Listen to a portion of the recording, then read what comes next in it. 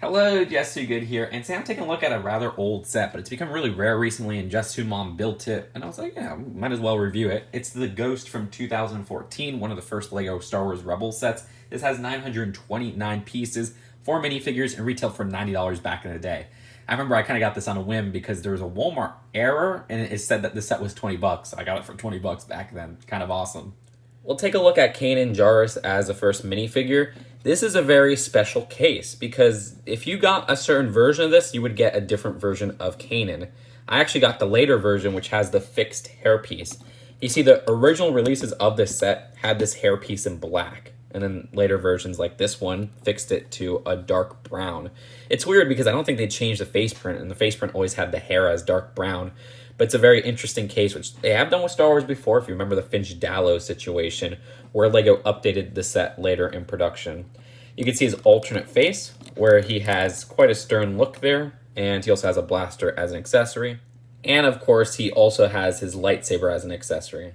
Hera is another hard-to-get minifigure. Thankfully, she came in a microfighter, which is what I actually had to buy to get this set rebuilt and reviewed, because I was missing this figure. One of my favorite figures from Rebels. I just love the design of this piece up top, even with just the detailing on the ends there. That looks fantastic. I think my version is actually a misprint with a dent at the front there. That's interesting. But this design, like I said, also came in the microfighter, which is like, I think, most of the price of that microfighter set. It was like 30 bucks, and the figure alone is like 25. You can see her alternate face, which she looks pretty stern there. Also, she has a blaster as an accessory. And this guy is so hard to get. This is Zeb. He retails, well, secondhand now, for $70 if you want to buy the figure alone. Crazy how the original retail price of this was $90. Thank the Lord I got this for 20 bucks. This design has a specific molded head just for Zeb, which is actually a hard plastic. I was expecting it to be a rubber. I love the detailing on the head, whether it be the little sideburn designs and just his face, which is a rather stern look. Dang, I said stern a lot in this review. You can see the top printing there, and his printing on his torso and legs has a yellowish orange design that is really cool. Again, don't know why they didn't put him in other sets like Kanan, but I guess he just wasn't as popular. And he's such a badass, his accessory is literally 2 blasters on each end. I love that design. And the Stormtrooper of the set is the Rebel Stormtrooper, which was very easy to get because they had a whole battle pack of this like a few months after this set release. I think it was the January 2015 wave that had it. Either way, this design is specifically for Rebels, so if you're trying to make like a First Order, obviously not, or I guess original trilogy Stormtrooper army, this wasn't it, Chief. Underneath, you could see he has an angry clone face, though, which thankfully we're just starting to maybe move away from. Who knows? So here is the build of the Ghost. This design I always liked, even if I didn't get too attached to the Star Wars Rebels show. I did watch more of it than Clone Wars, though. I like the color scheme here, where they use a lot of sand green, as well as that orange color I associate with Star Wars Rebels. There's like a lot of Star Wars Rebels things that have that orange color to it. I don't know. And also it has like a hexagon shape, which is really interesting for a Star Wars vehicle. The design here attaches to another set, which was a Phantom released at the same time. You could load that onto the docking bay, and if this review does well, maybe I'll buy that Phantom and connect the two and do a review of that as well. But we're getting a bit ahead of ourselves. Let's start at the front. So this front cockpit here actually has a printed piece. That's kind of interesting. You could open that up and slide out this whole bottom part to easily load on a minifigure to pilot the ship. Kanan fits on there rather well, and we have this dual stick design on a double cheese slope, which is pretty cool. Either way, let's slide that back into the Ghost ship. At the top here, there's another cockpit which uses a sticker. You can lift that up, and there's actually another seating area with actual 2-stick design for physical antennas. And this is the area where we put that little turret back. You can see for some reason they have a sticker of that 1x4 there, even though we have an existing print of that piece. So there's 2 panels, left and right, both with stickers at the top. This one to the right has an extra one of those missiles, which are actually at the bottom, and we'll get to that in a bit. This one to the left, just some more storage space. At the sides, there's 2 escape pods, which, giving it a gentle tug, you can remove them. This design has a sticker at the top panel, and you can move that top part off. And inside, you have enough space to fit a minifigure sitting down.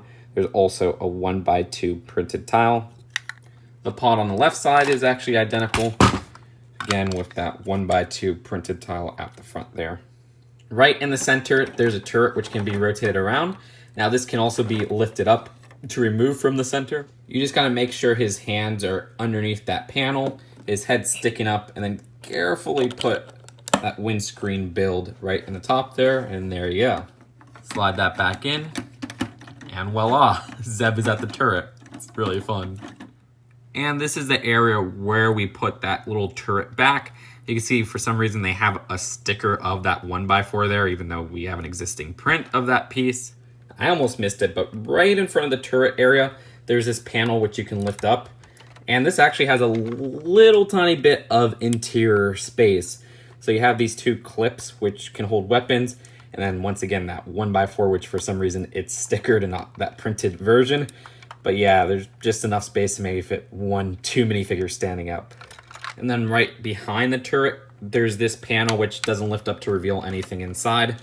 Rather, that's just configurations for attaching the Phantom to the docking area. But for the docking area, there's a sticker in the center there.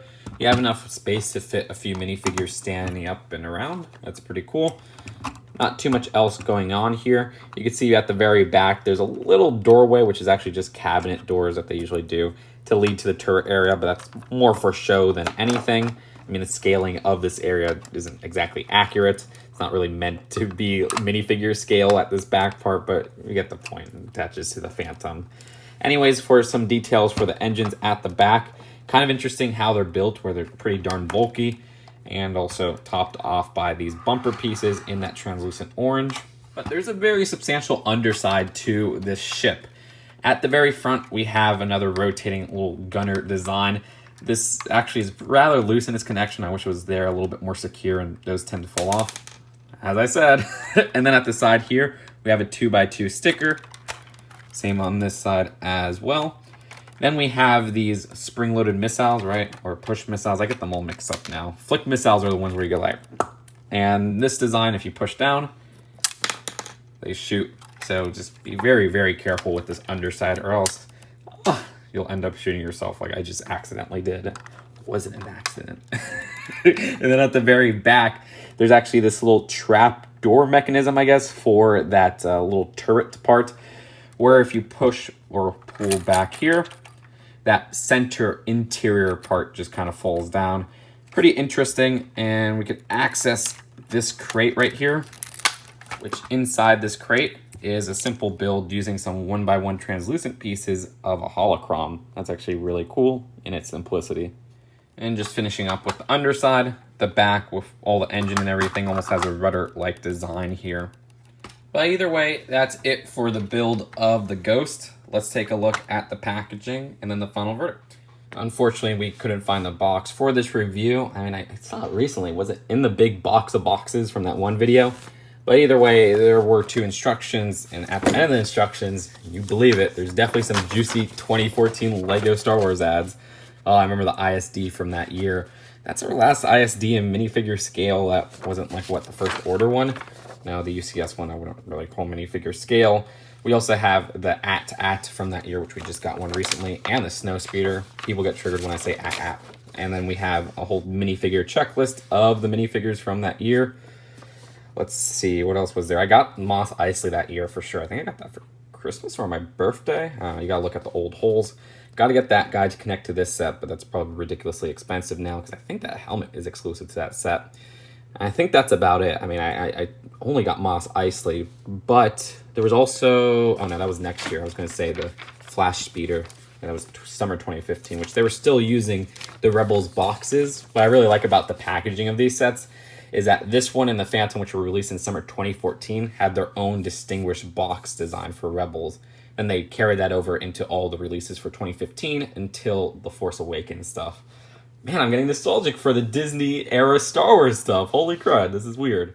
So overall, thank you, Just Your Mom, for rebuilding this, because this is a ship that I didn't really pay too much attention to when I had it back in the day. It was one where I was like, oh yeah, I got it for 20 bucks. Man, I don't really care about the show. I did watch the show a little bit more later on. And at the end of the day, I think this design is so fresh for some big Star Wars ships. It has a hexagon-like design, and that design would look a little bit less sturdy than I thought. For example, I thought these panels at the side would just fall off at every touch of this. No, they're on there pretty darn well.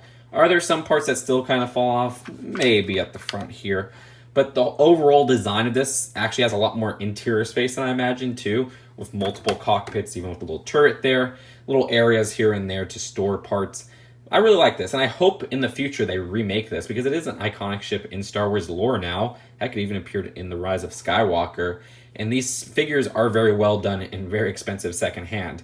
Having that modern 2020 take on them would be really cool, but more importantly, fans of these characters could just get them in hand. So yeah, I would recommend getting this secondhand, but it's $1 billion. But I feel that LEGO will do a remake of this sometime in the future. In the next 5 years maybe, because the hype for Rebels is kind of building up again, especially after the hype for Clone Wars came back and everything. That's just my 2 cents. Let me know what you guys think in the comments below, and I'll see you guys later. Peace out.